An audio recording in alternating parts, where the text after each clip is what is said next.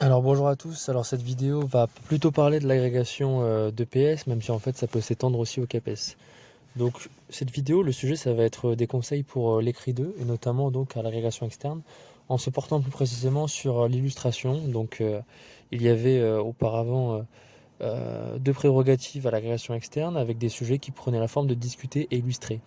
Même s'il y a une rupture ces dernières années, il faut toujours penser à discuter et à illustrer. Donc un petit point sur l'illustration. D'abord, l'illustration elle doit être filée. C'est-à-dire que à l'échelle d'une partie, il faut reprendre du bloc A au bloc B la même illustration, on verra comment, et au bloc C également. L'illustration, c'est donc une trame qui va permettre d'illustrer les propos de la discussion, de l'argumentation, qui va permettre d'exprimer un point de vue et de donner du corps à partir d'interactions d'élèves avec un dispositif et des notions scientifiques qui seront avancées. Donc tout d'abord, pour réaliser cette illustration filée, comment on fait? D'abord, il faut présenter le contexte de classe, les élèves sur lesquels on va prendre appui, où on va appuyer sur des caractéristiques saillantes qui vont nous permettre d'argumenter dans un sens du sujet, donc en lien avec l'analyse du sujet, l'interprétation qui en est faite par le candidat. Ensuite, on va faire le lien avec les textes officiels et on va annoncer l'apprentissage visé, la compétence visée ou encore l'objet d'enseignement.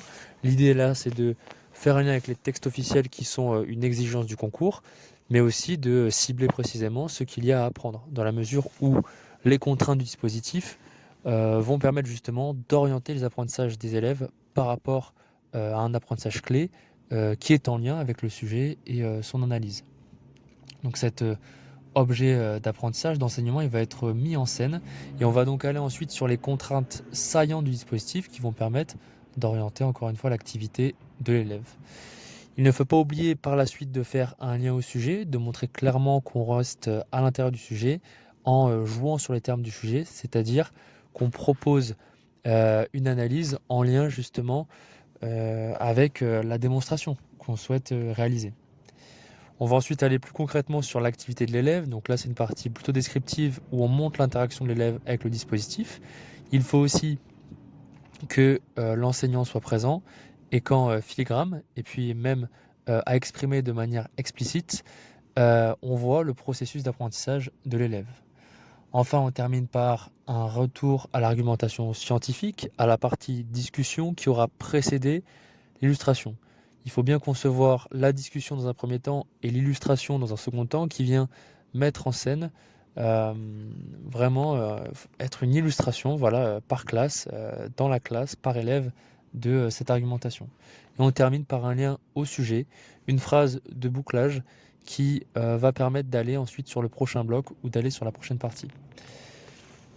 Pour continuer un petit peu sur cette partie illustration et vous donner plus de conseils, il va falloir réitérer 3 fois cette illustration à partir donc des 3 blocs d'argumentation qui vont se succéder, bloc A, B, C, et qui vont reprendre pour chacun les 3 parties de la problématique qui aura été présentée. Le but du jeu, ça va être de nuancer le dispositif bien par rapport au sujet.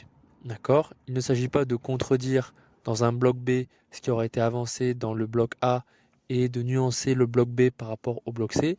Non, la trame directive de l'illustration, ça doit bien être l'argumentation et l'analyse du sujet.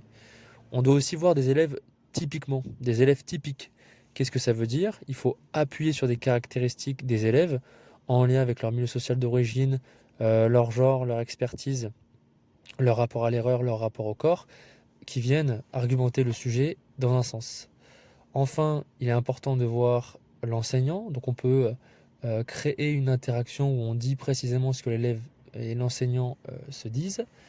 Et enfin, avant de terminer, on peut penser en situation d'apprentissage, donc à l'échelle d'un dispositif, mais il est nécessaire de diversifier les illustrations en réfléchissant à l'échelle d'une séquence, en réfléchissant à l'échelle de leçons, voire même de projets interdisciplinaires, voire même l'étendre à tous les cadres de l'EPS, AS, section, ou encore avec une réflexion sur le parcours de formation.